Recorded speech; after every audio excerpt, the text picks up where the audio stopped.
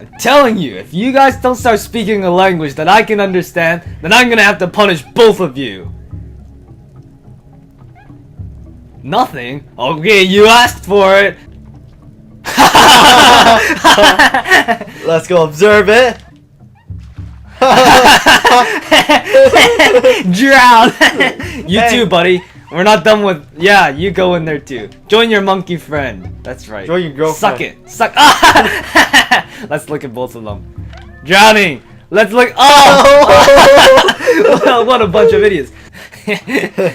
Can monkeys swim? Yeah. Oh, okay. Then they can probably escape. Whatever. Let's leave without them. These guys are jerks. All right. Clearly, we don't need those monkeys anymore. Let's check back if they have made any progress. Oh my God! Holy crap! They're stalkers. Where's the other one? I think the other one drowned, so we're okay. Yeah. Yeah, okay. the other one's dead. Yeah, the other one's dead. So we only have one more.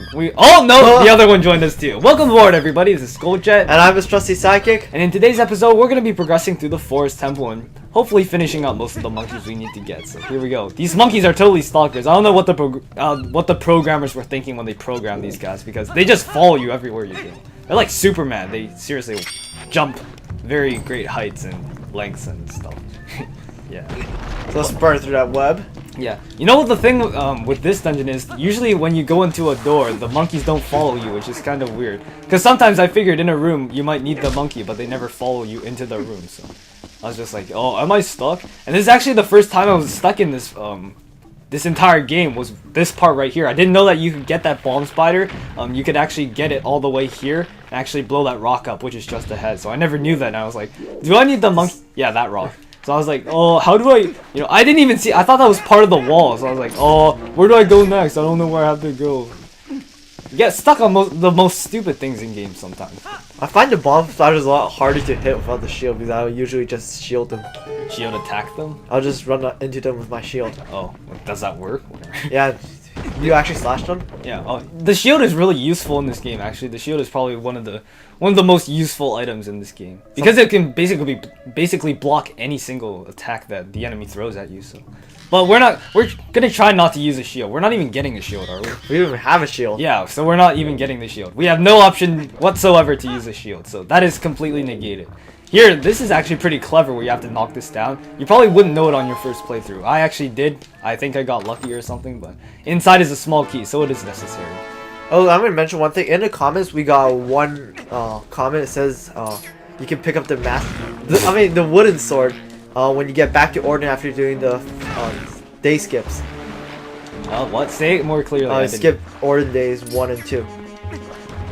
When I Ordin- clipped through the gate and I came back the second day. Oh yeah. And then when I come back from after Twilight, and someone said you can pick up this wooden sword right after at that time. Okay. Well, actually, you can do that, but then when you get the Master Sword, you automatically equip it, which means you lose the wooden sword forever. Yeah. So basically, the game just says, "Screw you, that doesn't work." So you actually need to skip that barrier part. It is necessary for using the wooden sword throughout the entire game, as opposed to just a section of the game when the Master Sword replaces it entirely. So. Yeah, those enemies down there are really cool because they just flip you around all over the place. I don't know what they're called, but they are really cool enemy designs.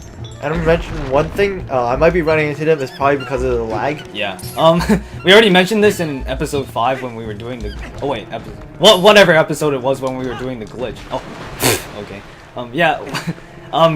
Wait, hold on. Let my psychic try this again. We were actually trying to show something off. Yeah, there you go. So you dive onto the platform. We mentioned that glitch, or whatever animation it is, in the last episode. We said that is possible, and it actually happens. So it seems to be quite a, you need to do it right. You need to know how to do it, but if you know how to do it, it's very easy to accomplish. It's really cool because it dives onto the platform. Anyway, yeah, we were, what was I on again? I forgot what I was talking about. This happens all the time. Oh, here I'm destroying them with the Deco Nuts. Yeah. Because I'm too lazy to take out my slingshot. If you want to do a slingshot-less run, then here you go. So. Which you can actually do. Yeah, it is possible to go through this game without the slingshot. Why did you need the slingshot? Because... so I can get Russell to put the sword in my health. Ah, okay, so... That is why we need the slingshot. But you can still complete this game without the slingshot. And here's our 4th monkey. which is half of the monkeys you have to pick up. Yeah, you need 8 in total. The basic premise of wow, the monkey is right behind Link's spawn. The basic premise of this dungeon, you basically just have to collect a bunch of monkeys, and at the end there's this gigantic rope, and you basically swing across. It's really cool. It makes you think in real life if you could do that. That would be so awesome. But you know, video games are video games. They make you feel like all powerful and defy impossibilities and stuff. Yeah. This guy isn't. You can't even call him a mini boss. I don't know what you would call him, like a mini boss, because this is not the mini boss. We have another mini boss coming up. I don't know this guy's name, but this guy's just a complete pushover. He's basically the serpent of the bomb thingy that's under him. So all you have to do is back away when he does that simple lunging attack and spin attack or jump attack, whichever you want. And my psychic is taking a bit of a risk here. Oh, okay, yeah, okay. Don't jump right into his mouth. If you die on this boss, then quite frankly, you are very pathetic at life, and you should not play this game. Like my sidekick, because he is failing right now. You don't even need to backflip, just keep moving. Yeah, there you go. I can do that. Yeah, alright, so there you go. After a few hits, he is done. So. One thing my psychic mentioned, does a wooden sword do the same amount of damage on bosses? For the 3, actually no, it doesn't. No? Oh, okay, so that's different. Alright. My psychic was talking about that. I thought he meant it, but he did not. He lied to me. He blatantly lied to me. Anyway, so you throw the bomb in there after you're done with the head serpent, and this guy explodes. It must hurt having a bomb in your mouth and then exploding. What would you expect? You open your mouth that big, you must expect something to get thrown in your mouth. I know, right? So you should just close his mouth and shut up. But apparently mini bosses aren't that smart. So everyone carry bombs around, and when you want to tell a kid to shut up, throw a bomb in their mouth. That's terrible, dude. You know what else is terrible? Suicide bombers. They just give up their life to bomb other people. I don't get the meaning of that. And actually Muslims are against it because they don't believe in suicide. They believe in using your life to help others, not blowing others off. Let's not talk about religion. Yeah, let's not get into a religious debate. But I wasn't debating about anything. I was just saying Muslims are against it. But anyway, regardless of that, yeah. So now we have 4 monkeys, and oh, that's gotta hurt. Landing on stairs and then crashing into the sidelines. That would wouldn't hurt when Link rolls all over the place, anyways. True. Yeah. My psychic was earlier this week. My psychic was at my house. He was trying to do a backwards somersault on the floor. It was hilarious. He failed so miserably. Is that a problem? Yes, it like, is. Can you do it? Oh yeah, I was supposed to show you. I'll show you later tonight. I can totally do a backwards somersault. You know what's cool about this game? Now that we have the 4 monkeys, we can cross this rope. But you know what's cool about this game is they add a lot of realism into it. Not just in the graphics, but in particular aspects of the graphics. For example, in that last room, you saw a few torches in the cutscene, and I don't know what it's called, but there's like a blurring effect because of the flame, and that happens in real life too. So the fact that they added that little detail is really cool. So. And also, like when Link jumps in water, his tunic turns dark, just like clothes do in real life too. So definitely a lot of realism in this game. It's probably why Twilight Princess, like everyone, like, whoa, yeah, OMG at the E304. Well, yeah, so awesome. Everyone just wished for a real Zelda game. Yeah, you can see more of that blurring effect right there. The 2 torches next to us.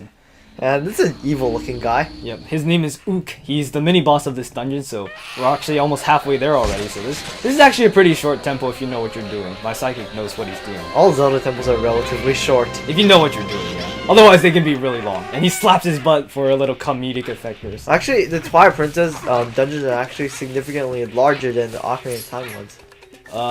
Yeah. Are they? I wouldn't know. Well, considering the final ones are so many floors. Okay, well, yeah, whatever. Anyway, so this guy's name is Ook. You wanna go ahead and explain the strategy for this guy? So you have to follow around him in the room, and when he throws his boomerang, you roll into the pole he's on, and then he'll fall. Yeah. Well, the boomerang will come back, and then he'll get hit off the platform. Yeah, so like that. Yep, yes, yeah, okay. So essentially he just damages himself, but we get to do the actual damage to him and slap his butt a few times with our sword. It's wooden, so it's basically like an Asian parent spanking his kid. It's not actually like a knife stabbing into his butt, so it can't hurt that badly. I survived many beatings as a child.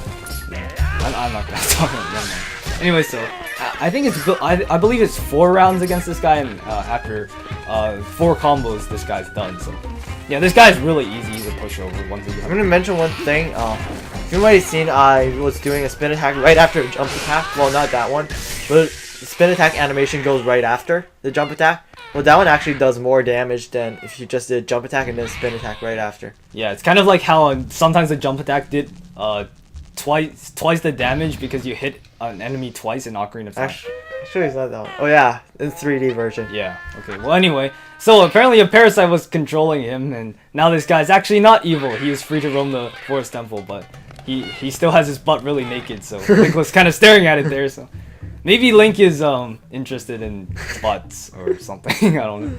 Maybe he will become a doctor in the future.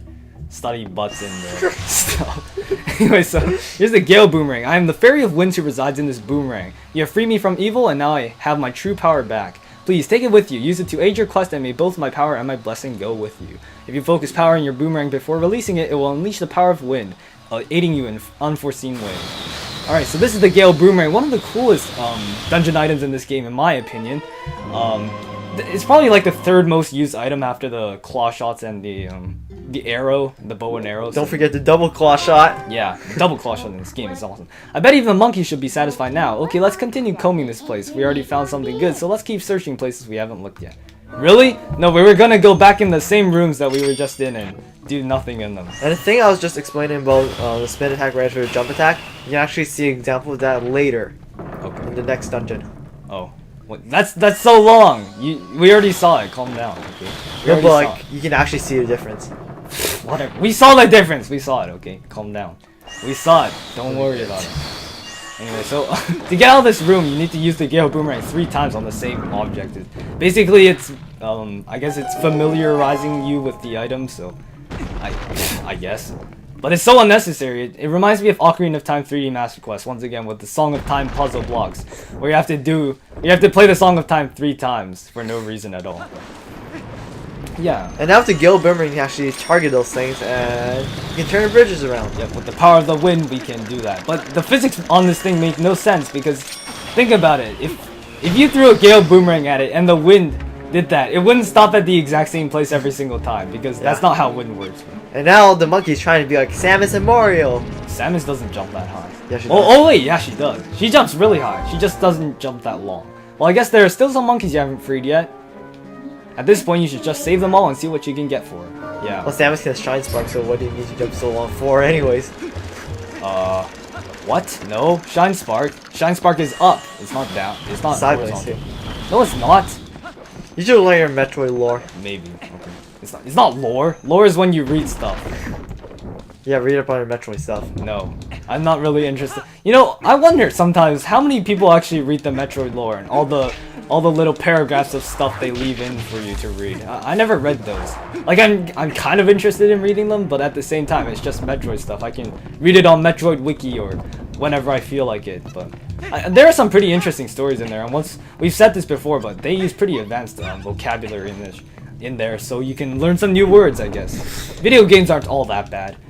You know, sometimes people say, oh, video games are not educational for you. But first-person shooters.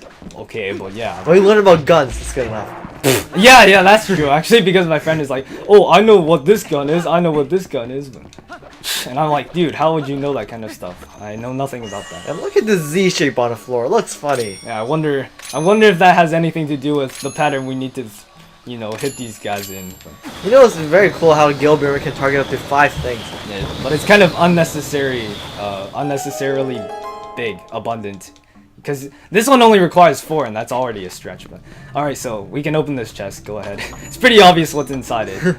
No, it isn't. Oh, really? And you got the small key! Yeah, it's definitely the small key. They named it the big key in this game. I don't know why they did that. Usually it's the boss key, but this one they decided to be clever and name it the big key for some reason. Let's break this. Alright. So, I guess on that note, after collecting the big key, not the boss key, we're gonna end it off here. So, after breaking this bridge... Let's see. Oh, wait. Oh, yeah. So Link is so fat, he just broke the entire bridge down. So, on that note, we're going to be ending it off here. So, this has been me, Goldjet. And I'm Miss Trusty Psychic. And there's the tunic effect for you. And we're going to see you next flight.